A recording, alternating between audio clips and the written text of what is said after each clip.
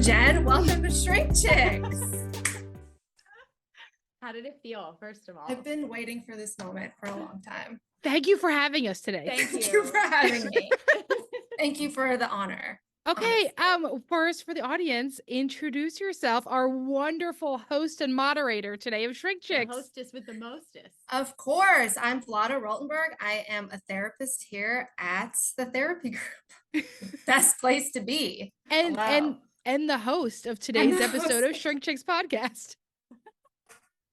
Another shrink chick. Another shrink chick. Okay, yes. So a few months ago, you had this cool idea. Yeah, I get a lot of these like crazy ideas. And for some reason, I decided to reach out with it. And you guys were like, yeah, absolutely. And I'm like, oh, shit, happening now. It's like not what I expected you to say. What did you expect for us to be like, no, that's terrible? I'm not sure. I think that I personally had all of these questions, and I just assumed that your listeners for sure do as well. And so I thought it would be brilliant to interview you on just all the things that we're thinking, you know? I love it. I love it. We're in. We're here for it. So excited. Today's episode of Shrink Chicks, Ask Us Anything. You're up. Ask you anything. Okay, so this is a mixture of questions I came up with plus listener questions. So we're just going to dive in. Let's do it. We're going to dive in deep, and then I think go a little shallow, Let's do it. Yeah. What is one thing people would be surprised to learn about you? Each of you. Okay. And also we got these questions beforehand and I forgot to think about them. I didn't look at them. I didn't open it. I think it's more fun when I don't prep. Well, okay. Yeah, we did not prep for this. And the thing that makes this hard is that I think that because of the podcast, we've had to share so much about ourselves. Totally. Mine is that I'm really sensitive. Oh, you think people would be surprised? Yeah, I think I come off pretty fucking tough. And I am. There's a lot of parts of me that are very tough, and a lot of parts of me that are very sensitive and soft as well. I think that's mine. Like the people who come off the toughest are more sensitive. It's almost like we develop skills to handle that. Wow. Yeah. Wow. So that would be mine. I don't know. What's surprising about me? I pretended I was a dog when I was like 5 years old. You did have a dog face. But I don't know if that's surprising. Surprising about you? I put it all out on the table. I think people don't see your angry side. Oh, yeah. Like, is that surprising that like humans get angry? No, but I mean, but for you. But when I do get angry. Yeah, you're tough. It's scary. I'm surprised to hear that. Yeah. Well, I think it's like when you're not used to someone getting angry and they do, you're like, oh shit. Yeah. Like you'll go into like destroy mode. Yeah. Oh, yeah. Oh, like you throw shit? No, I don't throw shit, but I'm just like, it all comes out. Yeah. Yeah. You have a tipping point and then you're fucking done. Oh yeah, I do. But I have a long, what's the word? Thread? No, it's like fuse. Thank you. Fuse. I was like fire. There's something about fire. Couldn't figure it out. But yeah, I think that's what it is. Okay. And also disclaimer, if someone's been listening to the show forever, I'm sure a lot of these things might not be surprising. So, exactly. But that one might. That one might. Okay. What is your motto for life? Like a quote or a mantra or something you live by if you have one at all? Mine is, right, there's that really great saying, if not me, then who? And if not now, then when? Whoa. And that is mine. Whoa. Okay. That's my motto to live by in life. You know what I really like about that? What? Just like that means you take like so much responsibility for things. I take a lot of responsibility for things. I'm very do. serious. I'm a serious lady. Okay, I think mine is that this will not last forever. Like that's something I think that's been really helpful in so many ways of like, I think I talked about this on one of the episodes of like, if I'm struggling with something that I'm going to get through it. And also if things are really good, to appreciate the fact that they're really good because that will not last forever. So that's, I think, something that's been really helpful for me. I love that. Yeah, that's a good one. That is a good one. Those are both really good ones. Okay. Good. When in your life did you know you wanted to be a therapist?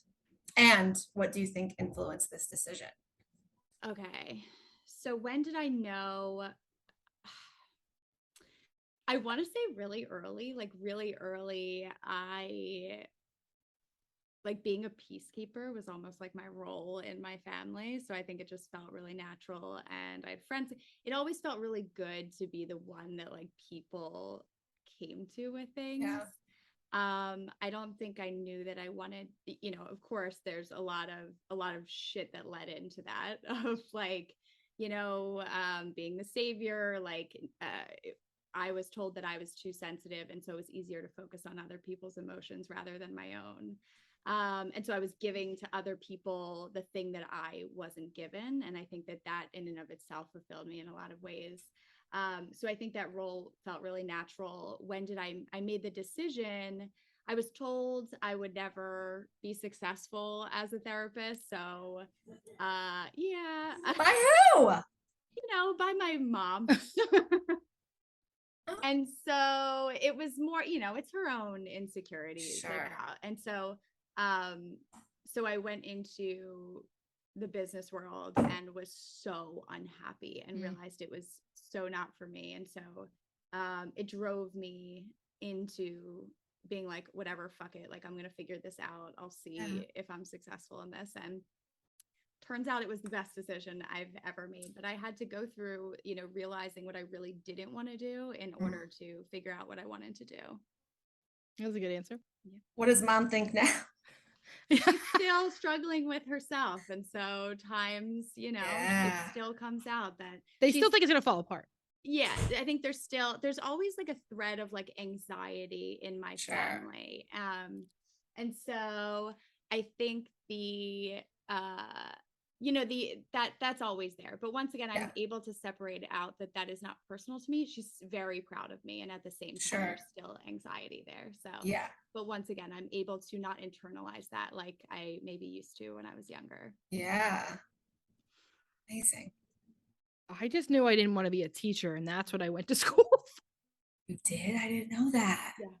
I was just like, oh, I know I definitely fucking can't do this. So then I feel like I didn't know I actually want to be a therapist until probably a year into grad school. And that's when I was like, okay, all right, I do actually like this. Like, I was already in grad school. You just were in grad school. Like, I was like, I think this is what I do. My mom's a therapist. So I was always like, I'm not going to be a therapist like my mom. I'm going to be a teacher. And then I was like, oh no, I'm never going to do this. And so I think that until I sat in the room with my first client, that's when I think that I like really actually knew. Interesting. Yeah. Okay, I didn't know that. So nothing really influenced you specifically in childhood. You just kind of. I mean, I think we both had really shitty experiences in therapy, and we're both spiteful bees that are like, we could do this better. Like, I think for both of us, that's what we really had conversations, at least about the type of therapist we wanted to be. Yeah. And who we wanted to be in the room. And I think for both of us, like therapy was very much encouraged in my family. And obviously your mom was a therapist. So, you know, we've both gone to multiple therapists in different capacities. And the thing that I found really challenging with a lot of them was that like, they were so walled off and clinical. And it was just, I remember saying to one of my therapists in college, like, I feel like I don't know you at all. And that's really hard for me to be able to connect to you. And she was a psychodynamic therapist. So she was once again, like, what does that mean for you? You know, like there was no self of the therapist putting herself in the room at all. So that was really hard. And so when I learned about being a therapist and kind of realized that we can make it our own, that was pretty transformative in a lot of ways for me. I assume for us, I don't want to speak for you, but we spent a lot of time together. So I feel like you can speak for me. And okay, thank you. And for, I think as we built the therapy group, it was pretty transformative. And it's really nice coming into a setting like this and also feeling like, okay, I can shed what I've learned and it doesn't have to be that way. Like our first interview together, I think 5 seconds went by before Emmalee was like swearing. And I was like, oh my God, amazing. I can just breathe for a second. Like, this is where I'm comfortable. Yeah. Just being a person and not all like stuffy, like a Yeah. lot of therapists are. I hate to turn this around on you, but I have a question. Like, has that helped you in your like clinical work? Yes. Okay. Yeah, absolutely. Because there is this part of it that we are people. And I think a lot of people put therapists on this pedestal, and that can be really challenging for both therapist and client, where I'm just helping. This is collaborative. Like, I have, by no means I'm an expert on your life. I'm just not, you know? And it was just helpful that I'm allowed to make mistakes. I'm allowed to be human. I don't have to know everything, and I can still show up and do my best. Oh, so beautifully said. Yeah. Oh, I'm not gonna cry today, okay? It's not gonna happen. come on if you want to. I This know. is a, open space for you. It's open space, sure, but I have mascara on. That's fair. So in addition to that question, did you ever want to quit being a therapist while you're studying to be one? While I was studying, probably. Or it may be in your career, like in the beginning stages. I think that there was a lot of times that I wondered, is this sustainable? Mm, And that was because I, as a clinician, for any clinician listening, was not charging enough and was not setting enough boundaries and was working too late. And so I think the times that I have like really battled with that has been the times where I have been burnt out myself.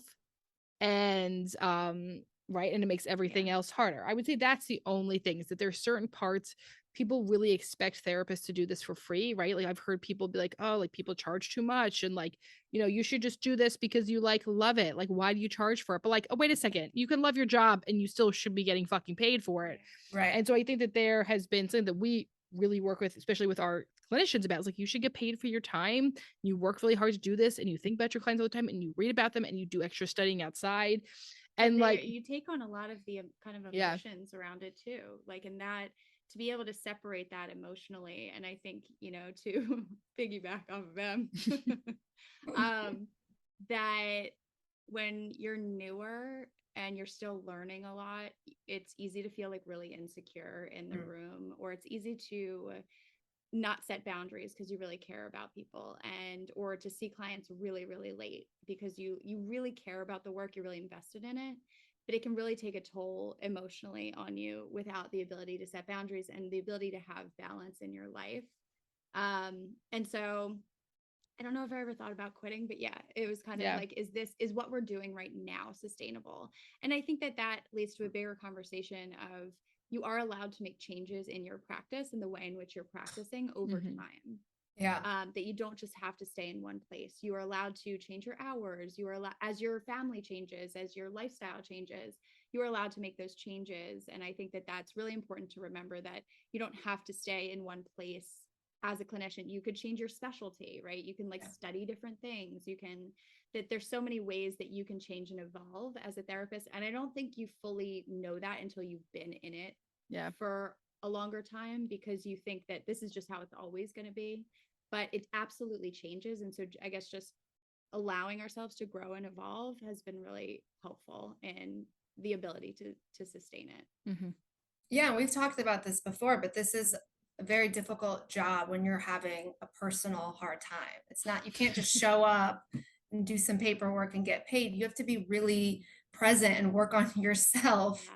I feel like tenfold in order to even show up for someone else. Yep. Totally. So it can be really difficult. And this idea that therapists don't have any struggles is insane to think.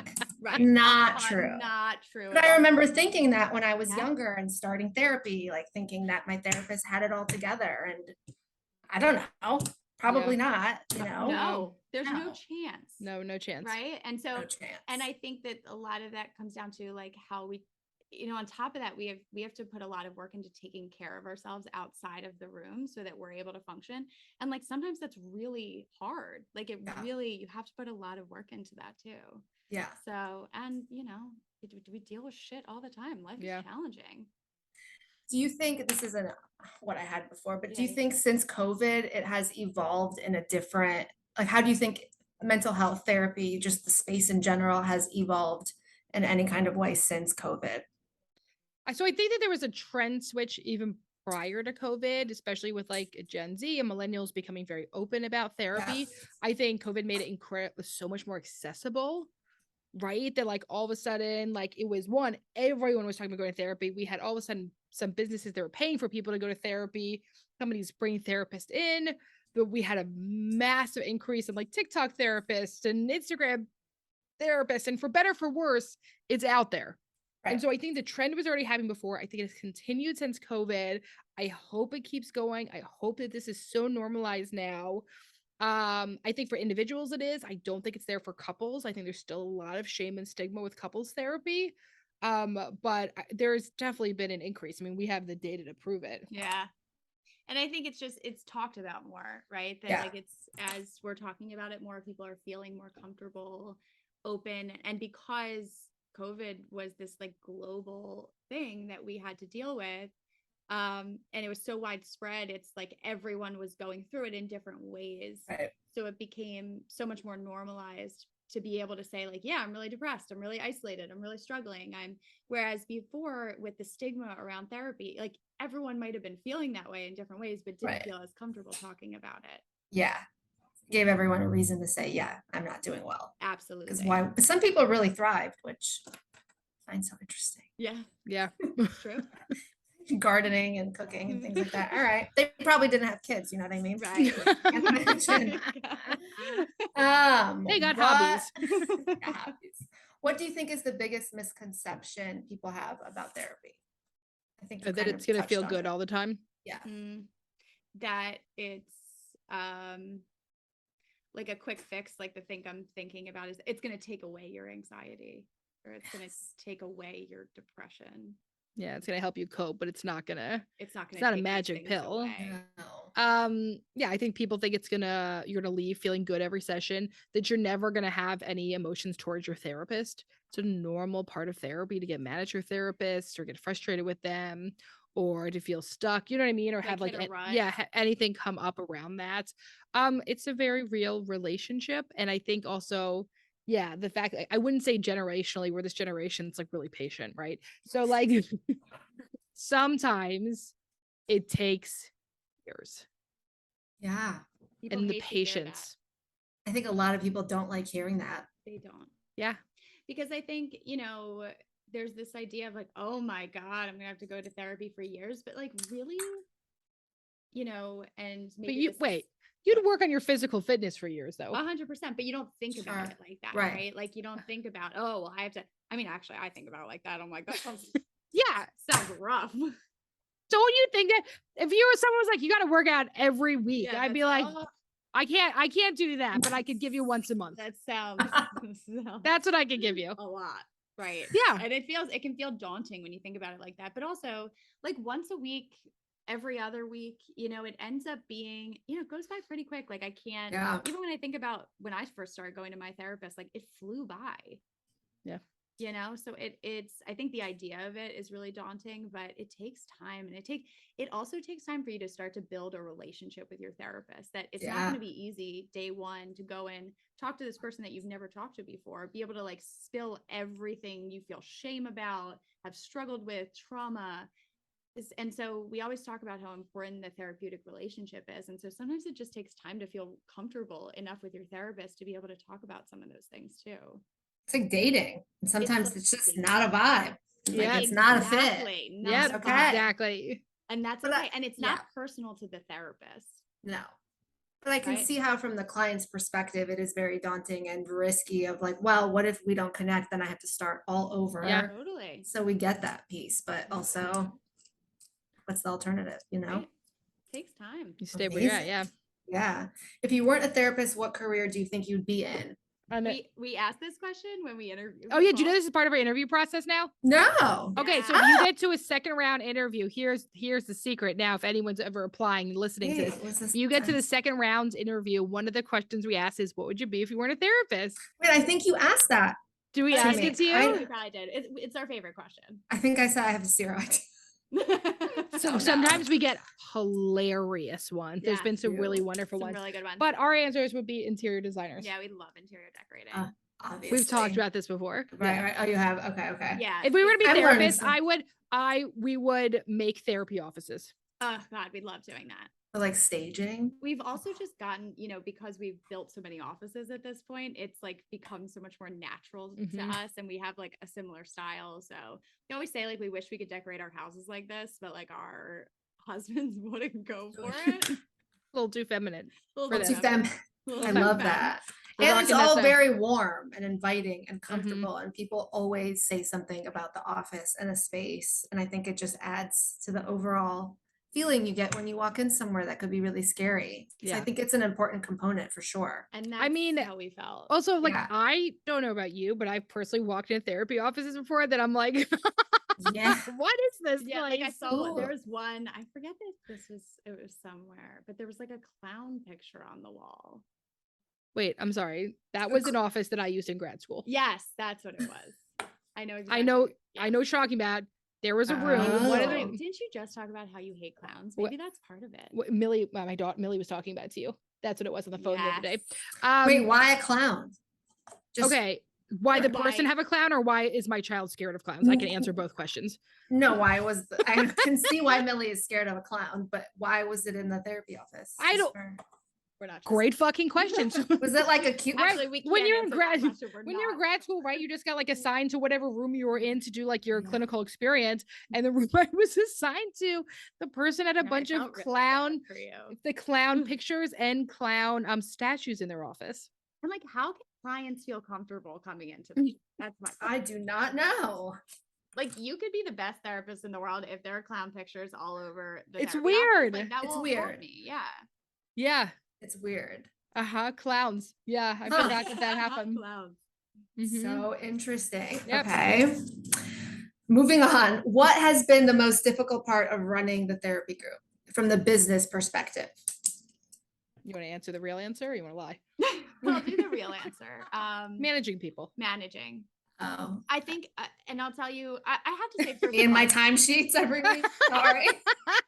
And like, I hope you're having a good weekend. I forgot 5 people on your timesheet again. People are terrified of my Monday text messages. Every Monday. I try to make them so nice. You're so nice. You're so nice. You don't have to be as nice as you are. But you like know you fucked up when you get that. Yeah. I'm like, I started with, I hope you had the most amazing weekend, and then I'm like, there's an issue in your timesheet. But honestly, I think managing is getting easier. Yeah, it's not. We weren't trained for that. We weren't trained, and we haven't done this before. We didn't go to business school, but idea. Yeah, so that's I think that there's growing pains at every point as the business grows. I don't think it stays. This is kind of like my motto, right? Like, it doesn't stay the same. I think that, managing people is not something that we are comfortable with. We don't like micromanaging. Yeah. We are very much like, we want everyone to feel like they have autonomy in their work. But then sometimes you have to do something. Yeah. There's other choices you don't get. Yeah. And like, as therapists, you don't really have to do that. You're just like, you take the reins, and I can. I think it's just been a huge learning process for us, I would say. Yeah, I can imagine. You guys do a great job. Thank you. I'm being serious. Thank you. That means a lot. It really does, because like sometimes it feels. I'm like, I need like more. Tell me what to do, but I also appreciate being trusted that like I am an adult. I know what I'm doing, and I am left. Yeah. To make decisions that I'm capable of making. Yeah. And that's kind of how we feel, that we feel like if we, if we were to micromanage, like, I think also we hated that. Like, we hate being micromanaged. That's really hard for us. So we would never want to do that to other people. Yeah. We really believe like, that being a therapist is a calling, right? Like, everyone's in this job, and everyone's at the therapy group, from people we hired, because they really believe in the work that they do. And so we trust you guys, we trust you to do that work, and we're here for support if you need us. But yeah, I think that's part of it too, is that like, that does not feel like a comfortable role for us. No. Okay, amazing. Do you agree? Yeah. Oh, me? Yeah. I think that's our real. Oh, okay. Is there anything else? It feels hard. I mean, the other thing is like, we have like actual disrespect about like the amount of times people have said like questioned if we're the owners or not, because we're young women. Yeah. Like What do we've you had mean? we have a lot of issues Like with like sexism. like dealing with outside A landlord, a contractor. landlords, People yeah. are shocked when we sign the checks.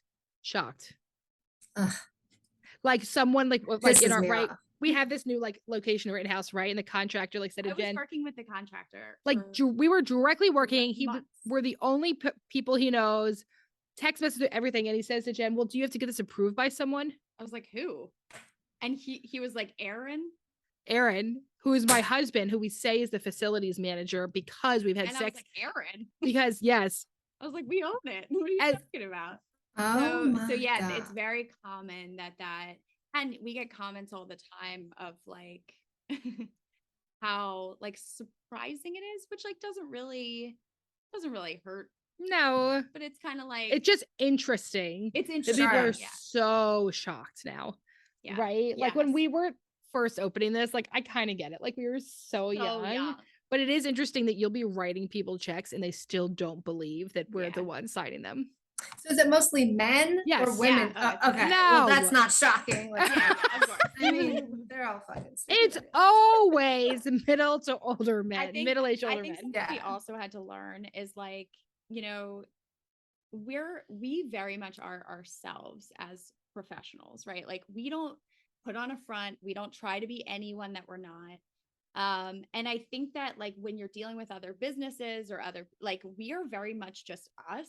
And I think that throws people off. Wait, did we Yeah. on the podcast, did we talk about the when I got in trouble or when I got yelled at? Oh no, I don't think we talked about that. Can I tell that story? Please. Okay, so here was an I example don't think we talked about of it. one of the harder things. Yeah. I don't know. And Nikki's saying no. Okay, so she's the only one who actually listens to And this. remembers our podcast. I'm like, Nikki, okay, so a few months ago, right, we're like going through all the stuff. I mean, we have thrown down a ton of money into this project. We're the ones on the floor for everything, whatever. It was a stressful time. Stressful in our time. lives. But like we own this business. We've done this before. We've opened other offices. I send this email introducing ourselves to somebody we needed to be on good terms with, right? It was the nice. I nicest. just said, it's so nice to meet you.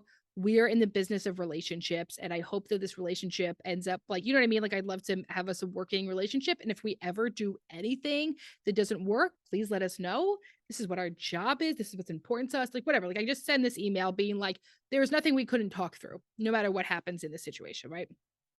Someone else who CC'd on the email, who is not directly involved in this, just happened to be on this email thread, calls me on the phone 1 minute later and says, I can't remember what she says. She said, like, she is not your friend. She's like, I just want to be straight with you. Make sure you understand something. I think she said girl to girl. She said girl to girl. She said that person, so-and-so is not your friend. You are too friendly in your emails. This is a professional relationship. I remember you saying this in the yes. Oh, we did. Oh, did we talk about this in podcast? Didn't know, but yeah, go ahead. Yes, yeah. And so that's the background, right? So she's like, and she's on the phone with me yelling at me. I'm like, and at first I'm like, wait, I'm like, did I send you a different email? I'm like, did I fucking like and text you talking shit or something? You know, like this email was so nothing. Weird. And it was but like not professional, right? That was her argument. Exactly. And her calling and then screaming at me on the phone, and she's telling me I'm not professional. And Emily called me and she was like, she was like, I just need to like reality check this. Did I do something wrong? And I'm like, no. And you're like, with your brother and sister-in-law, and they're like, sister-in-law, and they're like, that's ridiculous. So I think that that's a piece of it too, is like being, once again, it's a learning curve. As we get bigger, we are in connection with other businesses and having, you know, different kinds of communication. And so we had a woman say to us once, probably about 2 years ago now, the way that you conduct yourselves, you are never going to have a successful business. Good luck with everything. Your business is going to fall apart. That makes me so mad. Like, it like didn't. That. No, it didn't, bitch. Where are you now? What does she do? But also, in some ways, it makes me really sad for that person, right? Because like they never got to be themselves at work. Yeah. Yes, 100%. Right. Like if you think that this is completely unsustainable for us to do it this way, tells me that you never for a day in your life has been able to breathe at your job. And honestly, I just feel really sad for you about that. Yeah. Because another thing we've learned is like the only way to make this sustainable for us and hopefully for you guys is to be able to be fully yourselves, right? To be able to feel like you can be yourselves and you can bring yourselves to the table and you can have real conversations. And I think breaking down that like very professional wall in business and for you guys to do that with your clients is like, we just want to emulate that everywhere. And so navigating that in the business world, I think has been another challenge that we've had to figure out and be able to say like, that's their issue. If they struggle with the way in which we communicate, that's about them. That's about them never getting the space to be able to do that. And we can still hold on to ourselves and our values in everything that we do. Absolutely. It just baffles me that people take it from one step that's in their mind to reach out and tell you what they're thinking. It really is triggering. It's crazy. People love giving you unsolicited advice when you own a business as a woman. And one of the things that we have repeatedly said, all of these little things that have happened to us, we've had issues with landlords, everything. Every time we say, now would this, and every time I say to my husband, I say, would this ever happen to you? And every time he says, no effing way would I ever receive that email. No effing way would I ever receive that phone call. Yeah. It's so frustrating because women do everything. I mean, let's be honest, like we are better at a lot. We just don't get credit for it. Right. And yeah, I think that but that's also a big don't part like of the why way we do it. Yeah, totally. I think that's why this business is so successful is because you guys are the same way on camera, off camera, in session, out of session with your friends. If there's just no questioning how you feel or what you think. Yeah. I think people appreciate that. I appreciate that. Oh. Right now. Stop.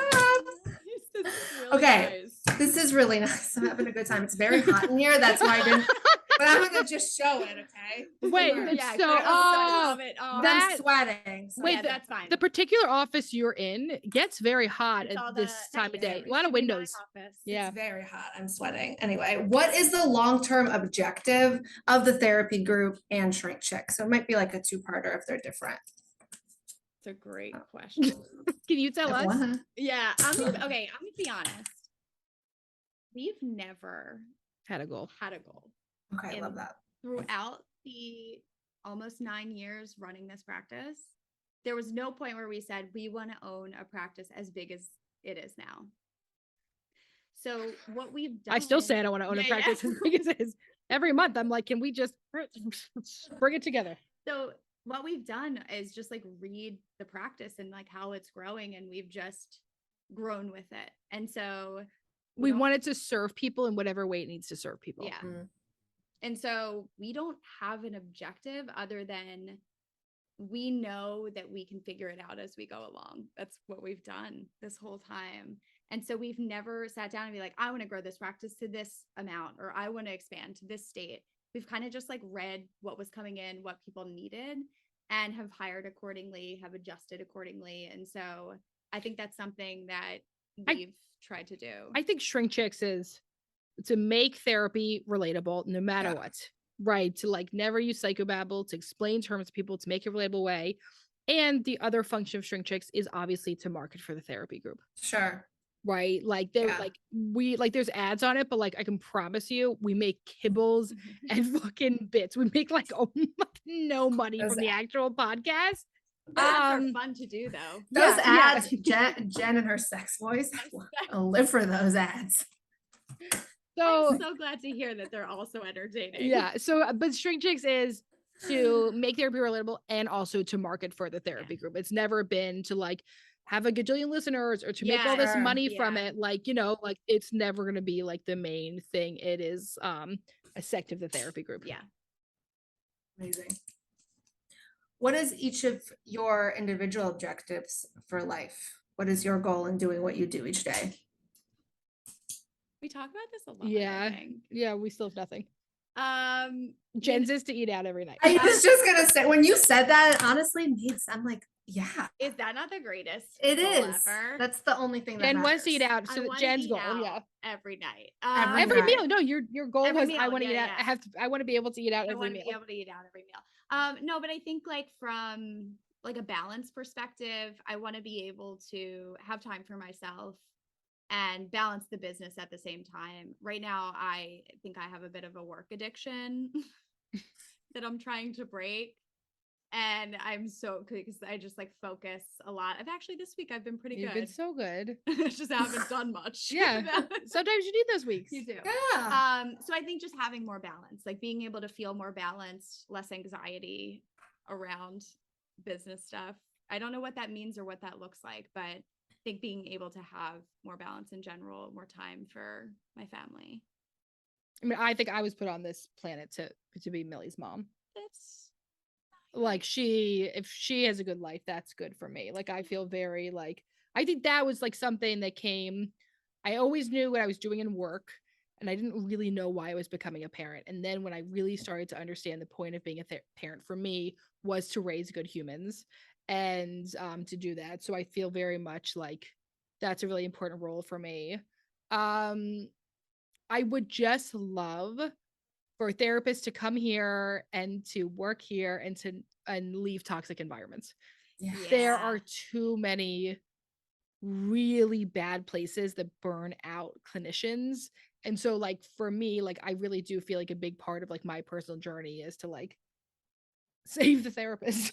Save all the therapists. Save no, the like have that, like to have a community of therapists that feel once again like they can be themselves, they have balance in their lives. Like I want that to translate to all of our therapists. Like in the Philly office that we just opened up, you know, we were trying to emulate what we have in Westchester because Westchester is such a community. We have a therapist lounge and we're building that in Philly too. So I think that like allowing therapists to have that space, be able to do good work, feel really good in what they do, feel like they can be themselves and come and like just feel really amazing in what they're doing and not burn out. Not burn out. Is really important to us. I love that. Amazing. I'll cry about what you said about Millie. Oh, that is how I feel. I I'm so know. I mean, you're Wait, a mom, you know. It's I like you're know. just so obsessed with them. It's so hard and you're so obsessed So at the same hard. time. Yeah. It's a very conflicting feeling at times. It is. How did you, so I want to ask you this because I know your mom was a therapist. Can you share things that you would do different or parts that you would keep the same in your experience with having a parent that's a therapist and now being a mom? I think the way my mom was trained to be a therapist is very different of who I am as a therapist, right? My mom's a psychologist and did a lot of testing. And so like one of the things my mom would do growing up was like, if I had an issue with someone, she would say, what's your part in it? Which like I love for adults, but I don't love for children. Sure. So like my first thing I'm going to do for Millie always is like, I'm on her fucking team, no matter what.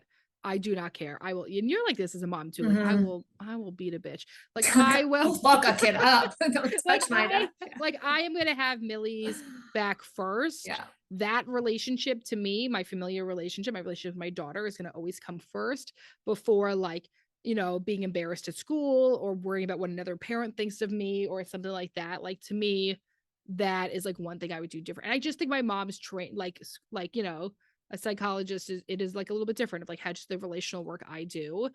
And I think it was just like a different time. Yeah, there's no gentle parenting or anything right out there that they definitely like, didn't have like they didn't have like mom Instagram like influencers teaching them how to like self-regulate so they can like be gentle parents and co-regulate with their kids. Could like that imagine? Yeah I could. It would have been lovely. That'd been great. Would have been like, yeah, maybe. Yeah there's like such a lack of resources and attention to what being a parent means and how difficult it is, especially for women. Yeah. Who has been an influential person in each of your lives? Living or I literally almost codependent. Say it too. That's cute. That's what you're gonna say, right? That's so cute. Are you guys crying? I'm not. Are you tearing? You are. Yeah. Okay, someone else, not each other. I can't help it, but I really think like we have influenced and supported each other in so many ways and have gone through so much together that it's like the first thing I think of. I know, it's so beautiful. Are you crying now? Or yeah. Just me? No, I'm still crying, but like it's harder for me, you know. I'm so lost. It's okay. I don't take offense to it. Do you guys ever fight? Like, no, it's there. Like we real. disagree. We disagree. There's certain things we disagree. There's certain stuff with the business we've disagreed with. For the most part, one of us will give in because neither of us care that much about anything. I'm like, all right, give me 2 reasons why. Jen will sit with me and be like, what would it take? Would it take? Okay. We know when we're like disagreeing and we just like 2 weeks ago, Jen sits me down at dinner and she goes, what does it take from you? What do you need for us to grow this more? And I'm like, nothing. There's nothing you can do. And then like by the end of the meal, we had come up with like 3 things that I needed. And like, so like I can be convinced in anything. But that is where I think we do a really good job of like supporting each other when we really need it in order to move forward, because this is not easy. You know, it's not easy stuff. And we say all the time, we can never do this alone. Never. But okay, other people influence us. I mean, we have been so lucky to have so many professional colleagues that we're close with, right? With Dr. Thomas Wood, huge influence. Oh yeah. My supervisor, but also Jen gets I get the secondary influence. He's amazing.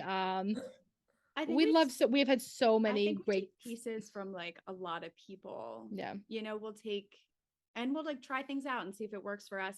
I think one of the big things that we try to remember is that we have people who like inspire us or we find influential, but I think the thing we had to check ourselves with is not comparing ourselves to other people, to be able to like pave our own way and say like, we can still do this our way and take like things from different professionals that we want to, you know, bring into the business. But yeah, I think people in general who inspire me are like people who like are very comfortable in who they are, no matter what they're doing. Natalie, the astrologer. Exactly. Have you ever met anyone who is more? She's just so authentically her. It's people.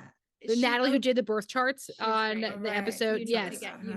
Yes. I do, don't I? Yeah, that especially, yes. It is like when, especially like if you're going through just like a little bit of like in your life, like get a birth chart. It's very interesting. Get a read with Natalie. I should do it. But but I would say, yeah, we've had amazing supervisors. We've had amazing colleagues, professional things. What? It's going to sound so corny, but I really mean it. Like, I think clients, oh my God, are so inspiring. Yeah, I agree. I learn from them all the time.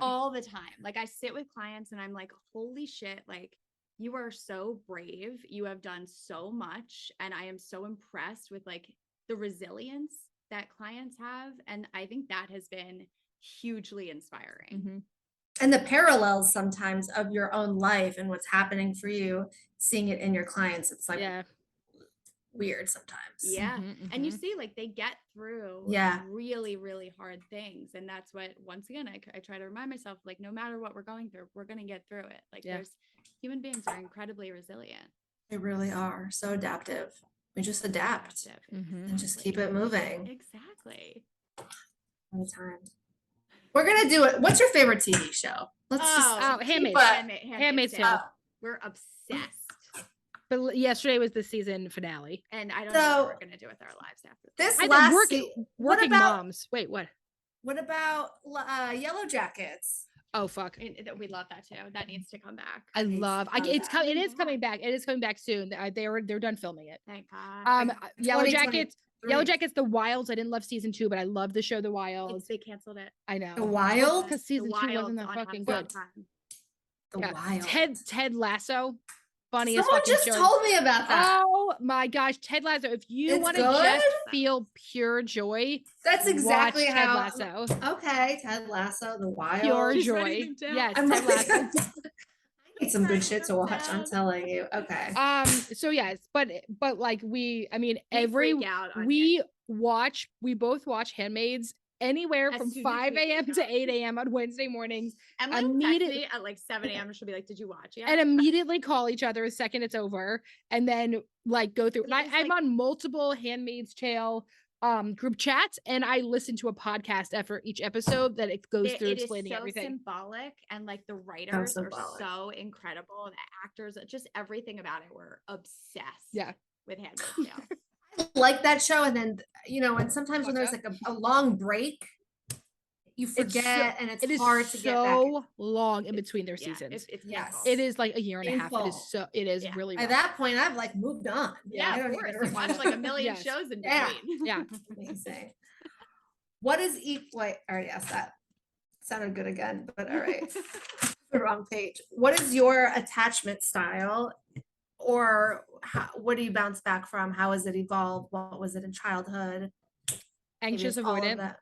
Okay. Anxious avoidant. It bumps more into Same. avoidant. Oh, So growing same. up more anxious and now more avoidant as an adult. Huh. Same. Yeah, yours Oh. is similar. It's very Definitely neither similar. of us are secure. I can tell you that. No, I think we have Like, time. who is secure? I always wonder. Yeah, I don't. That's the thing about attachment is that like you can't. Right? Does anyone fall like into one No. box? You know. And like, what does it even mean? What does it all even mean? And I don't remember if that was my question or someone else's. It's all right. It's But important, but it is important. You know, good to know about yourself. Biggest myth or bad advice you see on the internet? Oh, almost everything was so bad. More so relating to therapy. I think I know I'm being redundant, but like the quick fixes. Yeah. The quick fixes. That everything's trauma. Yeah. Not everything's trauma. Not everything is fucking trauma. It's not all trauma response. Not a trauma response. I think that like talk therapy will help with everything. Like medication is really important sometimes. I think that's really important. Different types of therapy is also significant. It's not always talk. Not everyone's able to do that. And so to think to like have like, you know, this is better than other things. Like, I don't believe that. I believe whatever works for you. Statements in general. Yeah. Yes. It's really dichotomous thinking. Yeah. Like, I think that there's also, I mean, I also just feel like there's like people like, I hate like sometimes when they do like this red flag of the therapist thing. yeah. Oh my Sometimes God. I'm like, God, just let therapists be like people for once. Like, let us make know. mistakes and let us fuck up. And like, it ends up like villainizing them in some ways, Yeah. right? But I think that that's clickbait these days, that is. people want the black or white thinking because it feels like, okay, if I can think about this very dichotomously, then I can make I can make an easy decision. It's like, that's the quick fix. It feels safer for us for things to be very black and white. Like, I can just figure this out. But unfortunately, there's a lot of gray in there, and fortunately and unfortunately. And so I think that there's a lot of clickbait in like, this is how it is.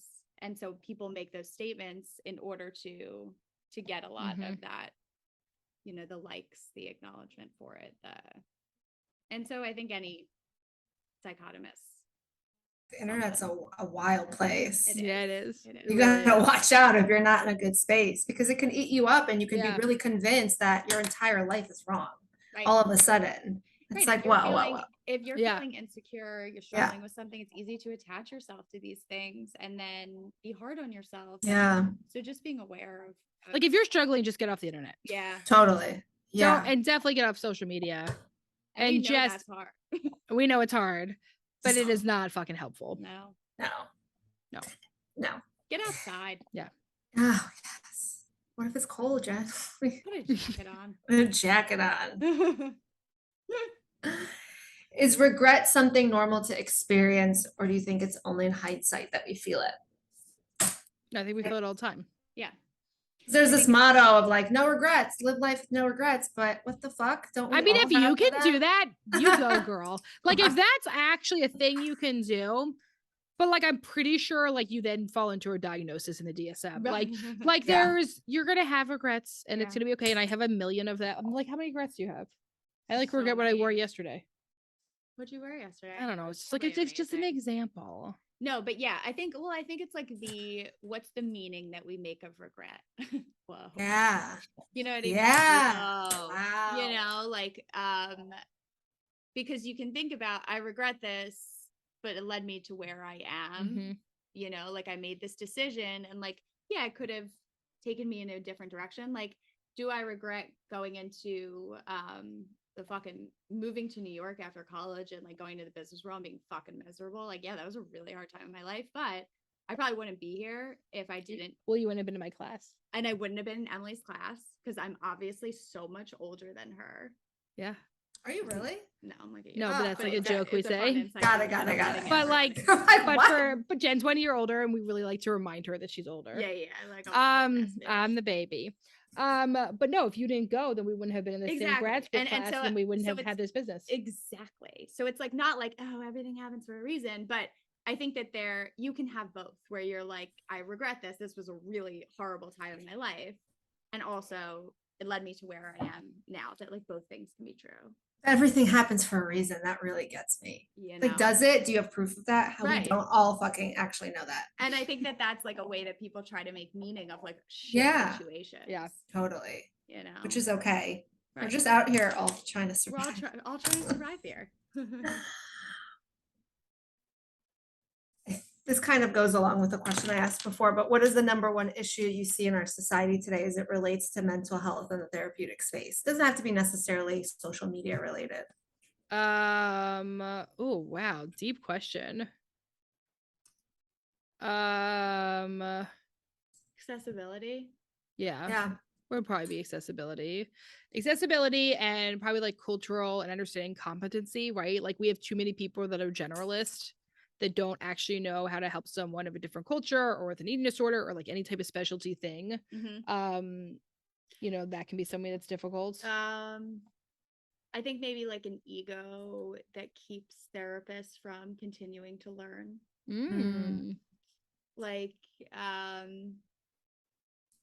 and I think this comes from like this idea of like therapists being on a pedestal of like, we should know everything. Yeah. But Yeah. we're human beings, and there's human beings Impossible. are so complex that there's so much to learn all Totally. the time, and things change. And I wouldn't even say, you said it is an ego thing. I think of it as a sustainability for clinicians to have enough money to get time to read and rest. Yeah, that's it. Right. Like I see it Yeah. as like, if we're paying people, Yeah. you know, like $15 fucking an hour with a master's degree and tons of student loans and jobs where they don't feel safe, like no Yeah. shit, they don't want to learn more. Right. Of course, you just want to like collapse. And Yeah. So I think like, you know, and the reality is like therapists aren't taking insurance because the insurance reimbursement is so unbelievably low and we have to give diagnosis and all this other stuff. So like it all the accessibility, it goes around every Yeah. portion of it. A really good point. question. Yeah. What was the biggest, most impactful part of your healing journey? Assuming you have a healing. Having an ego death.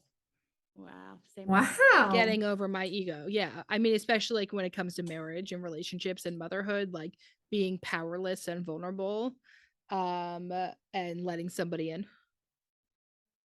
I love that. Mine's probably just like expressing myself in general. Because like you being- tend to not do that. Yeah, like I Like was, shut down? Yeah, I was always told like that I was, you know, my feelings were invalid, and so being able to learn that that wasn't true, and finding my voice, I think, was really important. And like, you know, we say healing journey, like it's ended. We're Right. still on a healing journey Still for on the it. rest of our lives. Yeah. Forever. Okay, What- one more. We have one more. Oh, yeah. What's our time at? Oh yeah. One more? Yes, One I more. know. Oh So, my I know. God. I Last know. one, and, Hold on, well, I gotta Give her a minute. She's Give me a moving a minute. grove, and yeah. Ha. Oh man. Bum, ba-da-da-da, bum, bum, ba-da-da-da, bum, Oh, ba-da-da-da. okay. Well, I'll Okay. end with this one. If you could have any guest on ShrinkChicks, who would it be? Anyone. Do I get to be mean to them? There was people I'd have come on ShrinkChicks to be mean to. The bitch that called me about the like, email. Yeah. Why did you do that? Johnny Depp, so I can be mean to him. I don't know. Oh. Just don't like everything that happened with I that. have like different feelings about like why I would want them on. Yeah, who Like comes- Jennifer Lawrence, I just want to talk to her because Oh, like I would want to be friends with someone. That's true, right? Okay. But then I'm thinking like people I want to like understand and analyze. Yeah. Like Amanda Bynes. Oh, Oh. fuck! I would fucking love Amanda Bynes on this show. And just how you doing, baby? Yeah, like how you doing? Are you okay? Yeah, that's a very good one. Isn't that a good one? Okay. I'm trying to think of who else. Well, I you know get everyone. two, so. Everyone wants us to say like Oprah or Brene Brown, but like that's actually Oh. not mine. Alanis I wasn't Morissette. expecting Oh, that. Alanis Morissette Morissette. is 100% She's gonna yours. be at the Psychotherapy Networker, and I have never been more excited. That's 100% yours. You love her. She was my first concert. She was. Should we get her on? I feel like it's We're possible. working on it. Nikki DM'd her. Working She didn't on it. answer. Really? Oh my God. I'm gonna If run anyone into it listening knows Atlantis, some into Atlantis. Anyone knows voice. Atlantis, hit us up. Yeah. What about you? How about you? Yeah. Well, yeah. Who do you want to have on Shrink Chicks? I don't know. You turned it around. I don't know. There's so many people that I see, like when I'm on social media, I'm like, ooh, that person. Ooh, that person. Send them over to us. If you're listening to this and you want to, like Robert Greene is like the first person that comes to mind. Just someone in that. Okay, in that area. Someone like that. Yeah. Yeah. Okay. Love Robert Not where Greene. my head went. Mine was like, yeah, who I want to hang out with. yeah. Okay. I can see that. Maybe Richard Schwartz. Maybe Richard Schwartz would be really cool guest to have on. The cool thing about having guests is that like it gives you an opportunity to talk to people that you never ever would have talked to. And so that's another thing that I love about the podcast is that we talked to like Terry Real. We had like 2 conversations with Terry Real. When would we ever get that opportunity? Yeah. And so, yeah, it's just been. You could just pay to take his thing. I thought you guys were like friends with him. It was a very we love each other. We love each other. Yeah. I love him. He thinks we're friends too. I think he does. Yeah, I think we all love each other. Yeah. But yeah, I would say, but you know, time will tell. TBD. Let us know if they're. Yeah, if anyone has a dream guest, Lindsay Lohan. Let us know. Yeah. Lindsay Lohan. That's a good one. Amanda Bynes, Lindsay Lohan, and Britney Spears together. Oh, that would be the best. Britney Spears would be a good one. Britney Spears would be a great one. Yeah. So can I just ask one more? Yes, you can. Where did it go? My handwriting's such shit. I can't even read it. If you had $1 million, $1 billion tomorrow fall on your lap, how would your life change? How would the business change? How would anything you do change on a day-to-day basis? If money was just no longer. We would redo the waiting room. Okay. Great. Thought you'd start with a vacation. Oh no, we would probably we would custom build if we had $1 billion, I would make us custom build a location. Cool, yeah. We would own and build a location to be exactly what we need it to be, not have a shitty landlord. Yeah. That's what I do. $1 billion is very different than $1 million, right? If I only had $1 million, then I would like take a vacation and like put some stuff in. You could do a lot. I'd like, send my kid to college. $1 billion, I would custom build all of our offices. Yeah, that would be amazing. From the grounds up for exactly what they look like. I would give all of our clinicians like 3 months paid off during the year. I would go on like a clinician retreat. Yeah, I would take everyone like on a big, huge vacation. Oh, that'd be so nice. My daughter would get to go to college. Yeah, that'd be exciting. I would be able to eat out My daughter would have a college fund. Oh my God, be able to eat out breakfast, lunch, and dinner. Lunch and dinner. Maybe I would have a chef. Yeah. Chef. We'll see. If you could have a chef or nanny or someone to clean your house every day, you can only pick one, obviously. I would not choose nanny. I know you would not. Right. So just chef and I would choose nanny that was also a housekeeper. I would choose chef. Yeah, you would choose chef. I would choose nanny who's a housekeeper. Can I get that? No. Oh, fuck me. She's in school, so. Yeah, it's okay. The housekeeper. Same.